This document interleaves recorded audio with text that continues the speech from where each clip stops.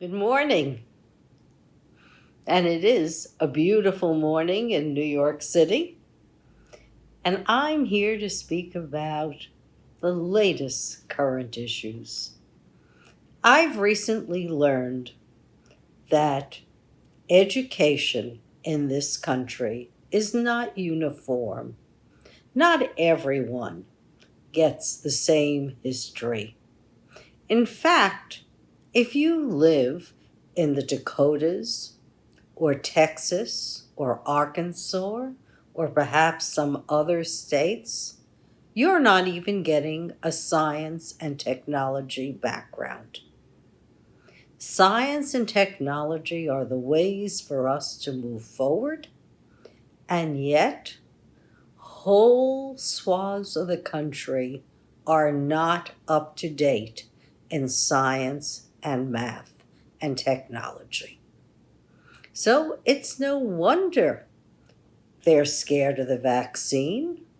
They listen to conspiracy theories. They don't question what's happening. They've been told the earth is flat. We started maybe 8 or 10,000 years ago, forget evolution, and all kinds of other stuff that makes no sense at all. Not to people who have been brought up in science like me. Makes no sense. Makes no sense to Dr. Fauci either. But this is what people are taught. They're not taught real history when there should be one history and one civics course for the entire nation with different regions debating what happened in that specific region. I had no idea until I read Annette Gordon's book on Juneteenth that Texas, when they became an independent state from Mexico, wrote their Declaration of Independence originally to include slavery. I didn't realize that. And they did not liberate the people who were slaves in Texas until 2 months after the Civil War was ended. That's what happens when there is no communication amongst people and that a narrow view is able to prevail. I know what that's like.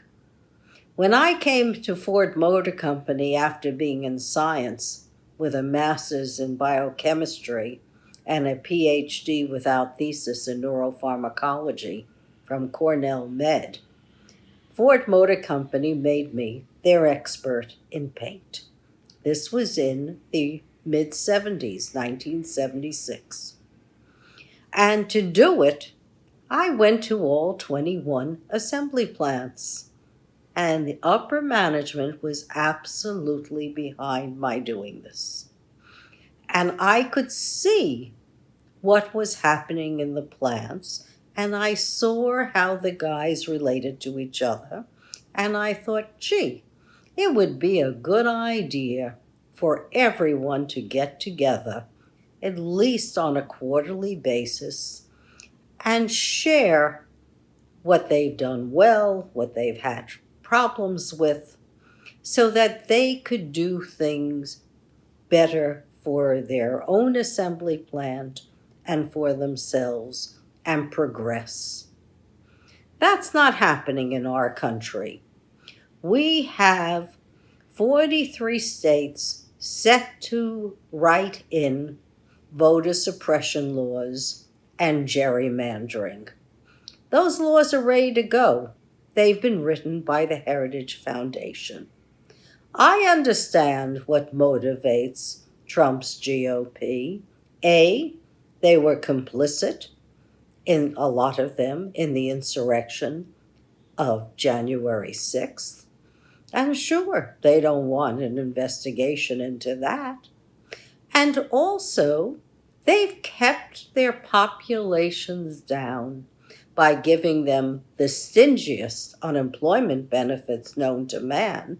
And now they're taking away those benefits so that people will go back to work and, according to the economists, take jobs that are paying about $26,000 a year, the minimum for welfare. No wonder people don't want to go back to work without safety considerations, without benefits, without a vaccine that will give them protection against COVID. This is a society that wants to sustain itself. This is Trump's GOP. They like everything just the way it is, even if it'll kill us. And it will, and it is. We're slated to have 32 hurricanes this season, the largest hurricane season known to man. We're losing monarch butterflies in California, so that means our biodiversity is going to decrease. But California's not taking that lying down. No siree. They're going to try and plant milkweed for the butterflies so they can survive. They're doing something positive. And there are many people doing things that are positive. I'm hoping that the Internet agency that controls the architecture of the web learns from their mistakes. They've been a monolithic culture too. And in 2007 and before, they had the opportunity to regulate derivatives.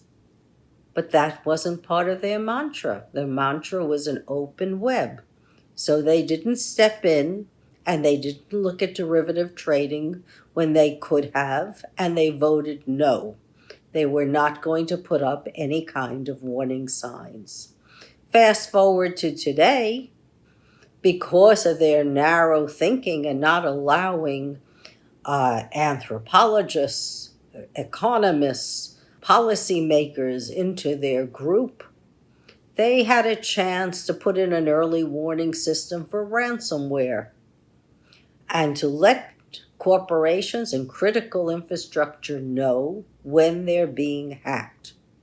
They didn't do that because it didn't seem to be that necessary. Again, it might put a restriction on the architecture of the web.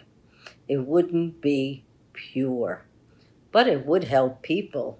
We've spent over $1 trillion in ransomware, and now many companies are starting up so that they can fill the need for the corporations and the infrastructure that never employed them.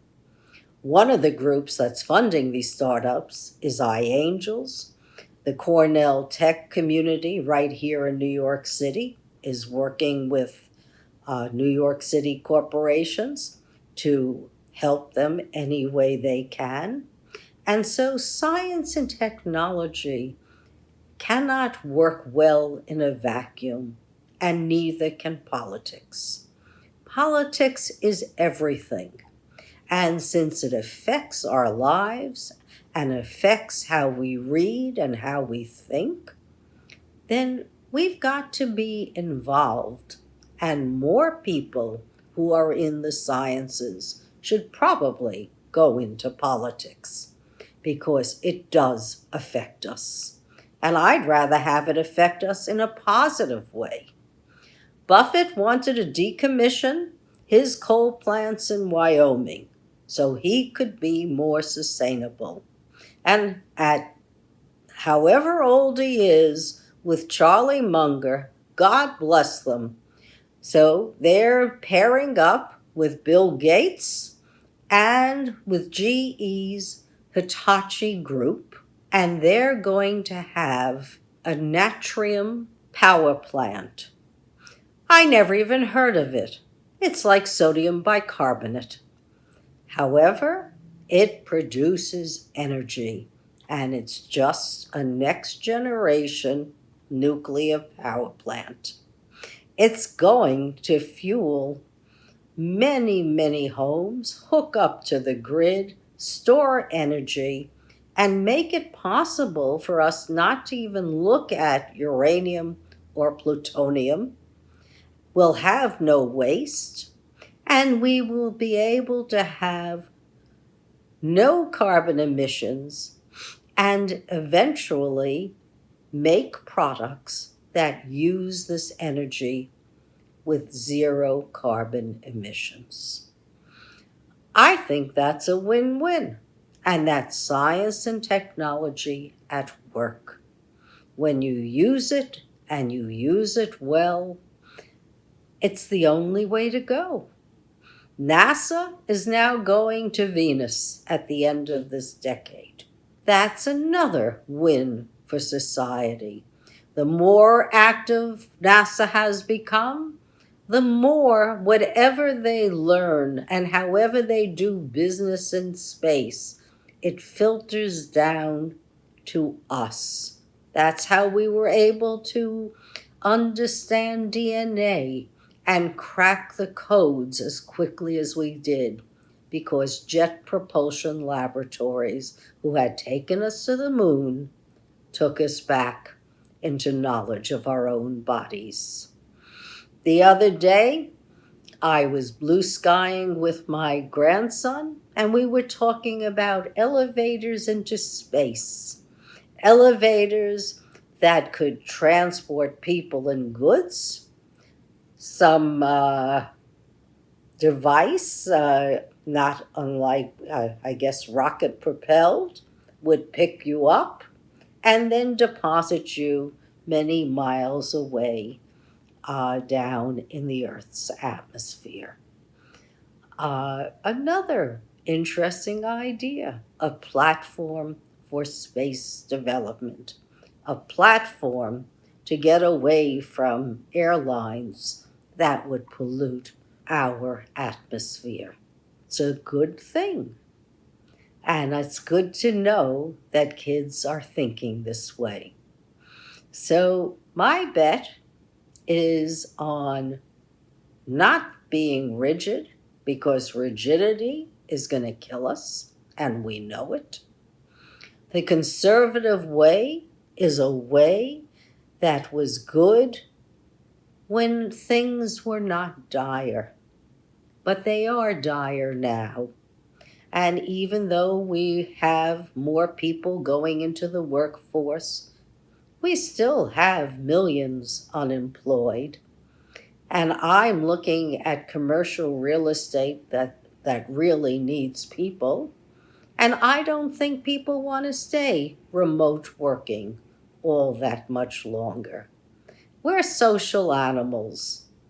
We like being with other people.